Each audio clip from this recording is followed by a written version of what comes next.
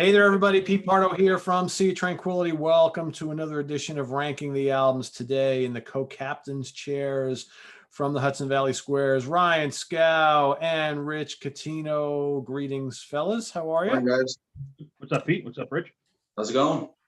Doing good. So today, based on popular request from a lot of people, these two gentlemen are actually going to rank their top 5 albums of longtime power metal veterans, Running Wild, a Wow. band actually, for whatever reason, I have never listened to. I've long known of them, but you just can't listen to everybody, right?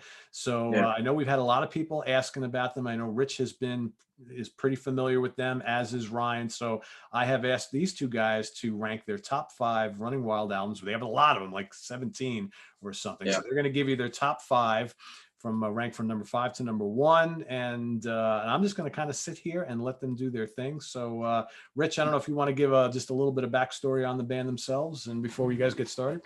Yeah, and this is a good compilation if you're looking for an introduction to them. 20 years, it's called. 20 years in history. So this has a lot of great tracks on it if you want to get familiar with them, because it starts from, let me get the track listing here so you can see it better. It starts from the beginning. So it starts with their first 2 albums, Gates to Purgatory and Branded and Exiled, which are not the pirate themed power metal. This is more dark, evil lyrics about hell and Satan and, those kind of things. A lot of chains and leather and, with their image and stuff like that. But when you read the lyrics on these first 2 albums, it's not the pirate power metal. You can even, you got the pentagram there too. So yeah, I remember all those. I remember all those albums. Yeah. So you can see what they were working with in the beginning. But if you get this compilation, it's got a lot of great stuff on it. It's got Branded and Exiled, Prison of Our Time, but you also got Under Jolly Roger, Port Royal, Conquistadores, Riding the Storm, Bad to the Bone, Blazing Stone. There's so many hymns on this and anthems. Black Hand Inn, The Privateer, Lions of the Sea, Ballad of William the Kid, Victory. So this is a really cool compilation I recommend if you need a good introduction to these guys. When did that first album come out? 84. 84. Okay. Yeah. That's Gates to Purgatory. Yep. And yeah, they were around for a couple of years before that too. They started. Yeah, they're on that death metal compilation, which is really not death metal, but they called it death metal. You remember the time? I think we were talking about that with the influential thrash albums, right? Early thrash albums. And I think I mentioned this one because it's not death metal, but topically, and the vocals are rough like that. This is kind of influential, I would say, for maybe early black and death metal, But the compilation death metal that has Running Wild, Hellhammer, Halloween, and Gravedigger on. So none of which are death metal bands, yeah. A couple bands which are not death metal, but I guess since they were so rough and heavy in the beginning, more total traditional like speed metal, German speed metal, it was not power metal what they became later. So that's why I guess they put them together with those other bands, They actually first started in it's almost crazy. It's like they started in 1976, the earliest iteration of the band, and I'm not familiar with any thing they did really, really early on because their first album was almost a decade later, in 84. But, yeah. They started in the mid 70s, like the earliest version of the band. Do you like the first album, by the way? The first 2? I like Branded better than first. I don't want to give up my positions here, but yeah, that's kind of in my wheelhouse. I like power metal, but I like that sound, that particular sound a lot. So cool. All right, so I guess we'll have Ryan and Muggsy kick us off with their number 5, then we'll go to Rich, and then they'll go back and forth till they get to the number 1. All right, so we're just before we started filming here, we were just talking. I'm not actually familiar with a lot of the newer 2000s because I think that you said they had 17 albums, including 17 with the new one that's coming out this year. Yeah, so they're one of those bands that got 1 million albums, and it's just one of those bands where I don't know all the stuff. I don't know some of the newer stuff. So that's my number 5 pick is the last album I have from them, and that's from '94. That's Black Handed, and I still, it's cool to me because they're still in the pirate era, and which they kind of maintained forever. But this kind of metal that wasn't really popular in the mid '90s, like doing that kind of stuff, especially in the States. like that speedy kind of European style power metal. Didn't really have an audience over here, and they didn't slack off at all. They didn't switch over to any kind of like modern sound. So there's no like '90s influence, I guess you could say. It's just pure classic, European speed metal. Obviously, the pirate theme, which they adopted early on and maintained for their career.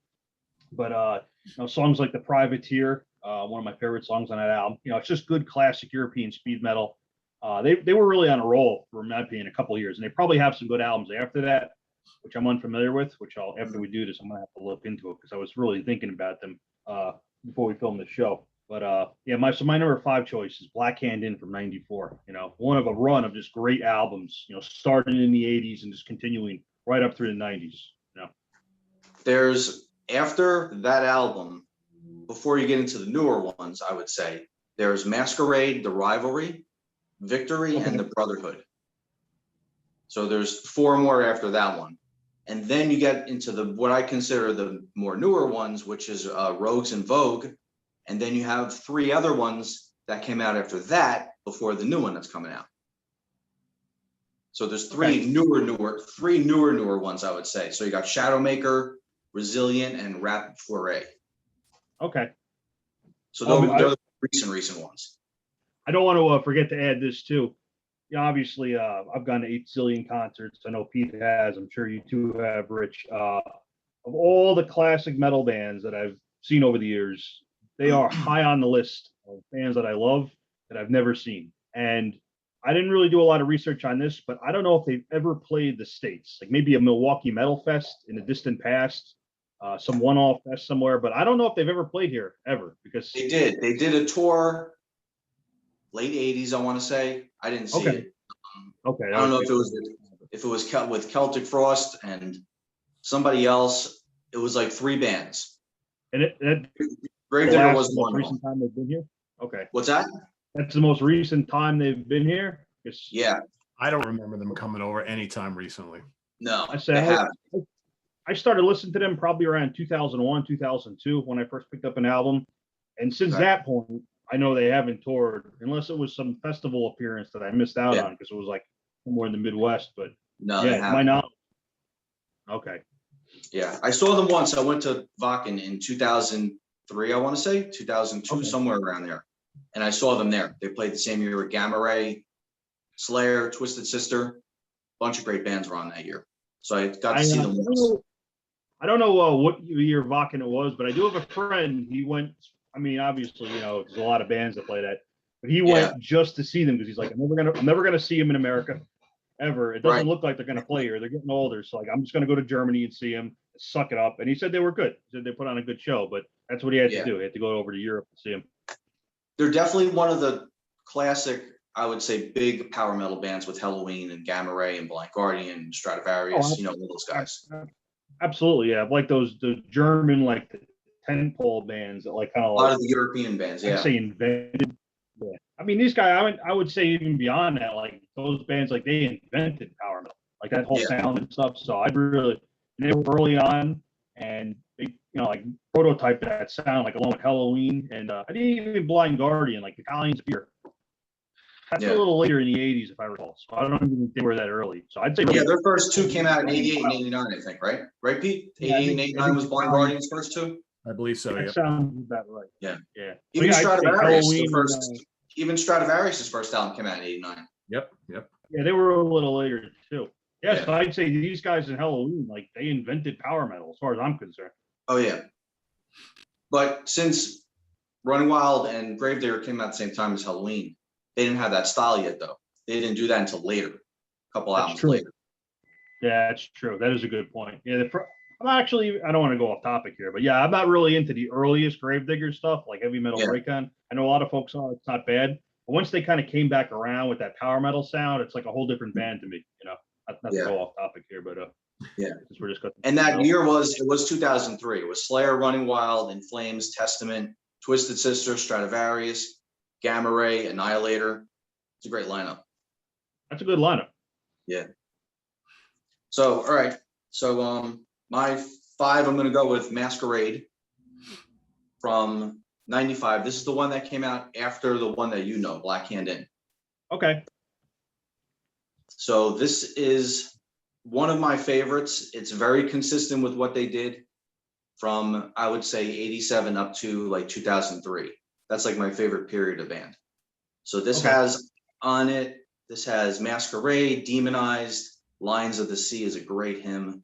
Rebel at Heart, if you're not into power metal per se, and you don't want to hear the galloping rhythms, twin guitars, the what you would say the stereotypical type of things, listen to Rebel at Heart.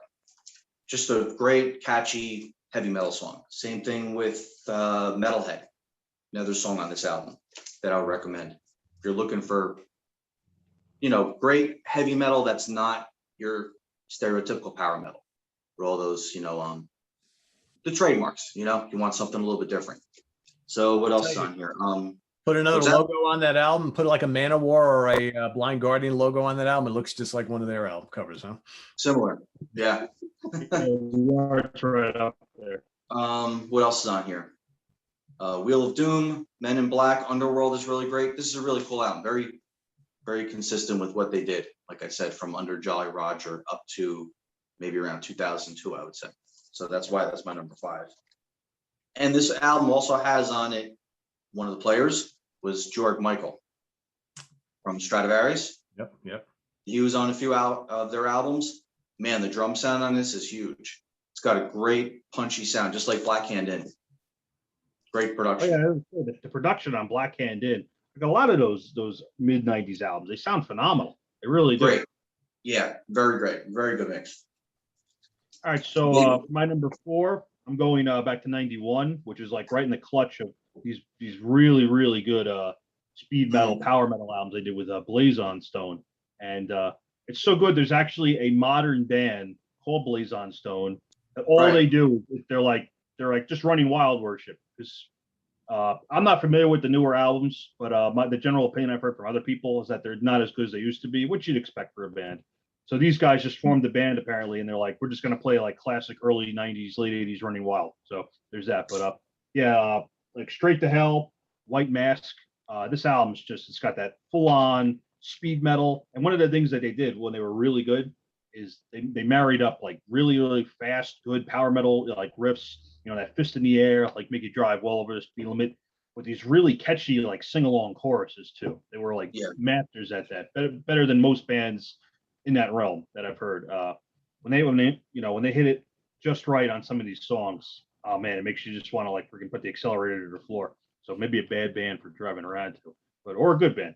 But yeah, I'm gonna say Blazon Stone from 91. And it's just they're one of these bands too. And I'm gonna have to check out some of these other albums because how many bands could you say put out that many good albums in a row? Just like bam, bam, bam, and within a fairly short succession of years too. So once they had that like creative magic flowing, they did not lay off. So Blazon Stone from 91 is an awesome freaking album. White Mask, that's probably my favorite song on the album. Amazing. Just put that on YouTube, listen to that. And I know Pete, you said you're not as familiar with the band. That's like one of the 2 or 3 songs I'd say. Just listen to that song and Ryan will be like, yep, this freaking rules. I love this. It'll sell you on the spot. It's just that good. Cool. I will do that. You know what they do too? They do a lot of historical topics too, not just pirate stuff. They throw in a lot of historical events too. They do. With their lyrics, aside from the pirate stories, and the pirate history. Cool. All right, Rich. That's a good album. I like that album. All right, next. Going with The Rivalry, which is the one after Masquerade, which was 98. This is another one that you're not familiar with, right? No, I've never heard that one. Another great album. It's in that groove. It's in the groove with the previous albums. I love it. Okay. The track is great. Just the riffs from the title track alone are catchy. You're just gonna remember that melody in a second. Kiss of Death, Return of the Dragon, Ballad of William Kidd, Fire and Thunder, The Poison, War and Peace, and Adventure Gallery. Those are the tracks that I recommend off this album. But the whole album is just great. Play it front to back. I don't think there's anything bad with it. Again, it's another Georg Michael album too. I think this is the last one he played on, maybe. Or maybe the one right before it. So yeah, from 98, The Rivalry. I highly recommend this. Cool. I'm just gonna just a little heads up. I'm gonna put Muggsy down. There's gonna be some fussing. So.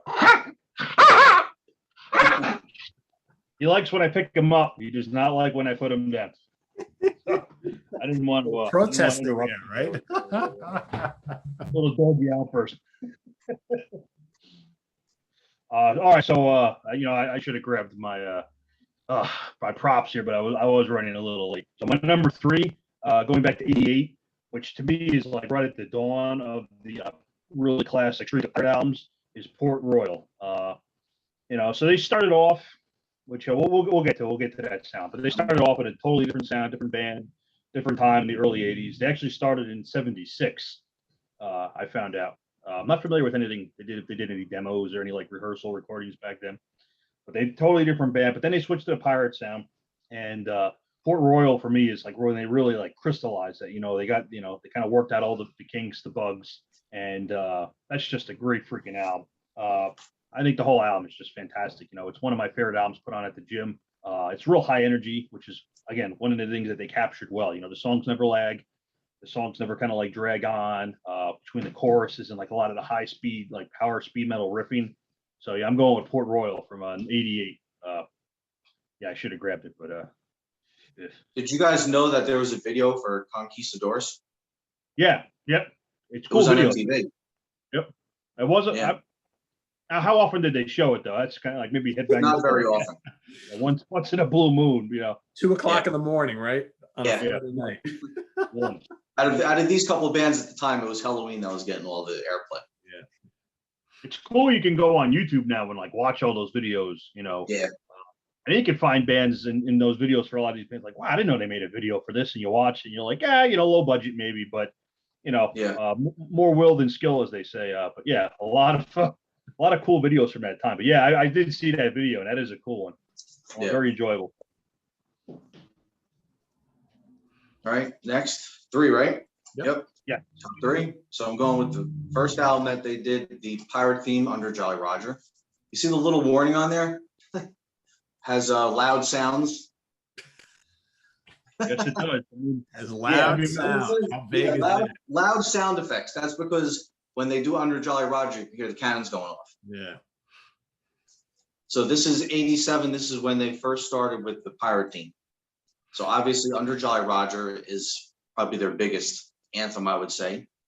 Mhm. Raw Ride is really cool, very straightforward and catchy. Raise Your Fist is another one of those kind of concert anthems. Diamonds on the Black Chest, Land of Ice, and Merciless Game is on this. Diamonds of the Black Chest, that's such a pirate title, right? So this is where they started incorporating those songs, into their artwork too. With the pirate ship and their clothes and their lyrics. Yeah, they went all in on it pretty quickly, like right on that album. It was they didn't dip their toe in the water, Yeah. Yep. I like that album a lot, but I'll be honest, I don't know if this is a popular or unpopular opinion, but my first favorite pirate album they really did was Port Royal. So Port Royal. That's the next year. Yeah, and Branded and Exiled and Under Jolly Roger was like the last album they did of the earlier sound and the first pirate album they did. Like I feel like there was still like there's some really good songs on Under Jolly Roger, but to me it's like it's a good album. But I guess like what I'm saying is they got better in my opinion as they went. Like they're like, all right, we really figured it out. We know exactly how we want to sound with this sound. So yeah, that is a good album though. You know what those first 2 albums are kind of like? Not as melodic though, but they're like the first 2 Sabotage albums. They're like Sirens and the Dungeons are called. Mm-hmm. That the first one, darker guitar. What's that? I say the first one especially. It's kind of like a mix between like Venom, and that kind of like the satanic lyrics and stuff. But then, I mean, obviously the band name is taken from a Judas Priest song, so the Judas Priest influence is like prominent. They kind of have those screams and choruses and stuff kind of mixed up with that. Even in their photos, when you see their photos, they're all in black leather and chains and spikes. Mm-hmm. But musically, I think Gates to Purgatory and Brandon in Exile, they're kind of Sirens, Dungeons-ish. It does have really that. darker, heavy guitar sounds, the darker voice, Mm-hmm. But they don't sound anything like Sabotage, though. Two completely different sounds and bands. I see where you're coming from, Matt, though. Yeah, that's why I'm like, I kind of always thought of like Venom meets Priest, but not really. They kind of had. I mean, even from the start, I think they had their own thing going on there. But all right, for my number 2 is my favorite album from the Pirate era, one of my favorite albums, power metal ever, and that's Death or Glory from 1989. And that has the opening track, Riding the Storm, which Pete, after we're done with this, go on YouTube and look up the song Riding the Storm. And that's makes you want to run through the wall. Oh my goodness. It kicks off the album too. It's very catchy. Great hook. It does. It's one of those songs where once the chorus kicks in, it's like I think I put it on every like running mixtape I've made for like 20 years. It's just freaking believable. It's but the whole album's amazing. Traditional, power metal gallop too.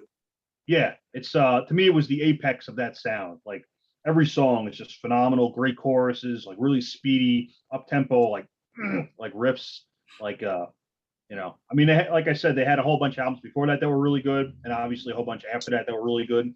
But Death or Glory is to me like just the capstone on the pyramid of that sound. So that is my number 2, and that is a phenomenal album. Yeah, but Riding the Storm. If anybody watching this, if you're not familiar with the band, you never heard them, you want a place to start, that would be my pick for one song. Listen to that, and that'll tell you right away if it's for you or not. And if it's not for you, I mean, I don't know what kind of power metal you're listening to, but to me, that's one of the best power metal songs I've ever heard in my life. So very, very, very good song. Very good album. Yep, that's my number 2 also. Excellent. Everything you said, aside from Riding the Storm, you still have also Bad to the Bone too. That was another kind of a single, I think, for the album too. Bad to the Bone. Renegade. Also Renegade, Marooned, Tortuga Bay, Death or Glory, Battle at Waterloo. So there's more historical things on this album too. It's very, very well rounded. The next step after Under Jolly Roger and Port Royal, really getting into that groove at this point. Yeah, it's just like I always said, it's in that clutch of like a whole slew of great albums. So it's a little tough picking out one that's the best, but to me, that's one of the first albums I got from them, and it's one of the ones I'll come back to over and over again. I think I bought Under Jolly Roger first, and then I bought that one second, back in the early 2000s when I was starting to get into them. But that one stayed with me over the years. I listen to it all the time. Like I said, it's always on in the gym because it's like the perfect kind of metal for that sound. It's like I can't listen to like Deicide in the gym, or as far for running because it's too fast. It's just with the blast beats. I love that stuff. I love death metal, but it's a little too fast. I need that gallop, that power metal gallop, that speedy gallop. It's a little more. Run Wild has that. It does, and they're better at it than almost every band I could think of. So it's certainly among the German power metal bands, they're one of the best. So yeah. So but overall, anybody that's watched this channel, I'm more into death metal, black metal. Like that's just my favorite stuff. So my number 1 pick is actually their debut album. It's Gates to Purgatory from '84. And it's I know it's not usually it's an unorthodox pick, but that's definitely more like just the sound I like. And it is, to me, it's kind of like it's got the the satanic lyrics, the darkness, like the gruffer vocals of Venom. But it obviously the band name is taken from Priest, so at that point you could still hear a lot of Judas Priest influence. So a lot of the speedy power metal, speed metal licks. Doesn't sound quite as like they did a little bit later on when they transitioned to like more pure power metal, but it's in there. And some songs like Diabolic Force, Adrian SOS, Prisoners of Our Time. Yeah. Probably Prisoners of Our Time has the most traditional feel to it, I think. It does. And but yeah, so you have these screams in there that are like, that's kind of Judas Priestish. I can see that influence. And then you have more of this darker sound. And it almost, I'm going to say another comparison, even though it doesn't sound like it, the same kind of marriage of sounds was like the first Slayer album. If you listen to Show No Mercy, what does that sound like? It's got that dark satanic image of Venom. Yeah. Nobody else. That's why I picked this album for the early influential stuff on black and death metal that would come later in the 80s. Yeah, it totally fits. I agree. It totally fits. Yeah, it has that, but it's more, I'm going to say competent than Venom. Even though I love Venom, it's more competent than that. That more they were better musicians, and they have faster, that speed metal kind of influence. Yeah. And so to me that's my favorite. I love that album. It's I'm not going to say I wish they stayed with it because the second album they did, I don't like it nearly as much. I think it was kind of like they did what they wanted to do on the first album. They mastered it. They perfected it. Yeah, Bread and Exile. It's good. It's a good album. Don't get me wrong, but I don't come back to it very often. Like the first one, it was like, I don't know. It's almost like the first Anthrax album for me. Like they perfected it.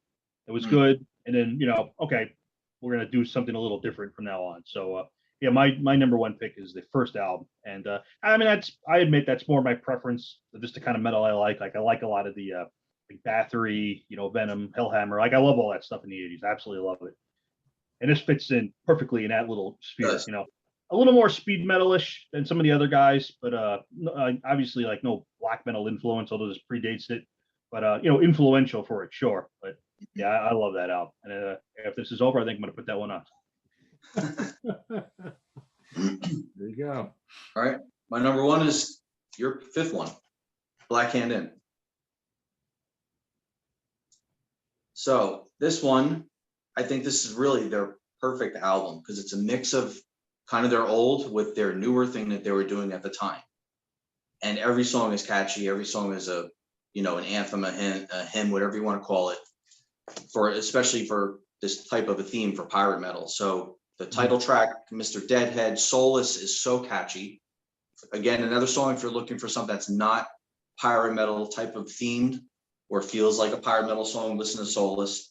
The Privateer, Fight the Fire of Hate, very catchy.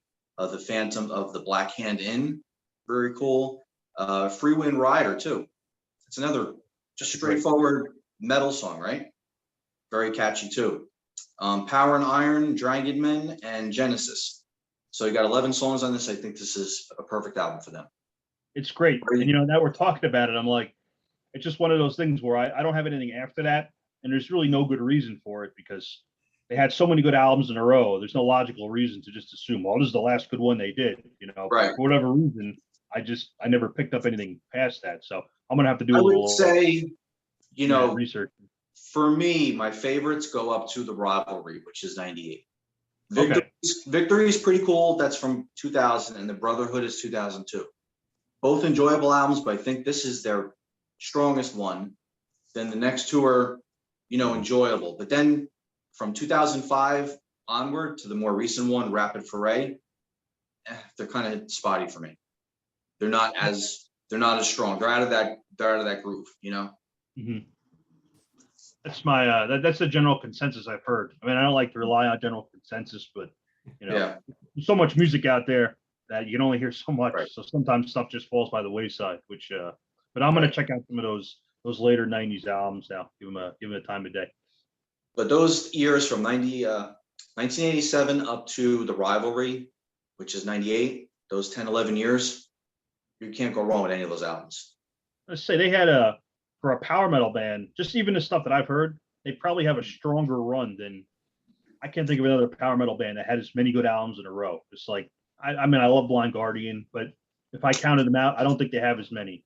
I think Nightfall. How about a good run to Stratovarius, I think, from, I would say, maybe Twilight Time or Dream Space up to Destiny Elements, Mm-hmm. right? Yeah, that's they had another great stretch for them. They had a solid. Gamma Ray's got a great stretch too. That's true. Yeah, Power Plant. Land of the Free, Somewhere Out in Space. And you could argue that Halloween have a few hiccups along the way. So. In the early 90s. Yeah. Yep. But when they had Andy Darius come in, all good. From Master of the Rings forward, they got a bunch of great albums too. Yeah, that's true. And the new one's phenomenal. The new self-titled one is phenomenal. Yeah, it's really good. Yeah. Cool. So, yeah, Pete, listen to Riding the Storm. Check that song out. I think as soon as we get off, I'm gonna go listen to it. I've got some homework, so I'm gonna, again, it's just find this compilation. It's a great compilation. Like I said, if they have this on YouTube or somewhere, you get problem a little with bit. Rich is I will go get that compilation. I'll love it, and then I'll go out and buy all the CDs anyway. So there you go. Yeah, I mean, it's just one of those bands that I've always known about, and I've known plenty of people who listen to them. I just never took the plunge because you can't listen to everything, right? And it's just one of those bands that I always kind of wanted to, but just never did. There's only so much time in the day. I have and then you know what though, when those bands come along, you're like, I'm gonna get to them, and then they kind of fall off your radar. And you forget about them, and then someone mentions like, I meant to listen to that, and then you're out at the store or whatever when you think of it, and then it's gone again. Yep. You can't remember everything. No. And these guys have a new album coming out this year at some point. Cool. Another one. There you go. So yeah, I'm gonna do the investigative work. I'm gonna go dive into the world of Running Wild, and I want to thank Rich and Ryan for putting their Thanks, list guys. together and giving us a little history and some of the great albums of this band from Germany. So go check them out if you haven't already. If you're a fan, rank the albums as you like them in the comments below, your top 5, your top 10, or do the whole catalog, whatever you feel like doing. So thanks to both of these guys. Visit us on the web at www.seaoftranquility.org. We're on Facebook, we're on Twitter, of course, we're here on YouTube all the damn time. For Ryan Skow and Rich Catino, I am Pete Pardo. Thanks for watching. Ranking the albums, running wild. We'll see you next time. Take care. Bye-bye.